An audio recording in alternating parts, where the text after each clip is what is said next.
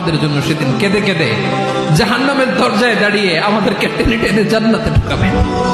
বিশ্বনবী পাগলের মতো একবার হাউজে কাউসারে যাবেন, একবার সিরাতে যাবেন, একবার পুলসিরাতের দিকে, একবার হাউজে কাউসারের দিকে পাগলের মতো দৌড়াতে থাকবেন।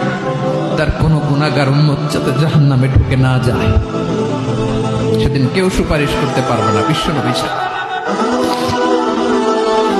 এজন্য ৫ নম্বর আল্লাহ বললেন, মান যাল্লাযী ইয়াশফাউ ইনদাহু ইল্লা বিইযনিহি। কার সাহস আছে, কার এত বড় বুকের পাটা কিয়ামতের কঠিন দিন আল্লাহর সামনে দাঁড়িয়ে সুপারিশ করবে? কারো ক্ষমতা, কারো ক্ষমতা নাই। বিশ্বনবী সেদিন সেজদায় পড়ে উম্মতের জন্য কাঁদবেন, সবাই কাঁদবে, নফসি নফসি, আল্লাহ আমারে বাঁচাও, আল্লাহ আমারে বাঁচাও। বিশ্বনবী বলবেন, উম্মতি উম্মতি। বিশ্বনবী আমার জন্য কাঁদবেন, আপনার জন্য কাঁদবেন, আমাদের জন্য সেদিন কেঁদে কেঁদে জাহান্নামের দরজায় দাঁড়িয়ে আমাদেরকে টেনে টেনে জান্নাতে ঢুকাবেন।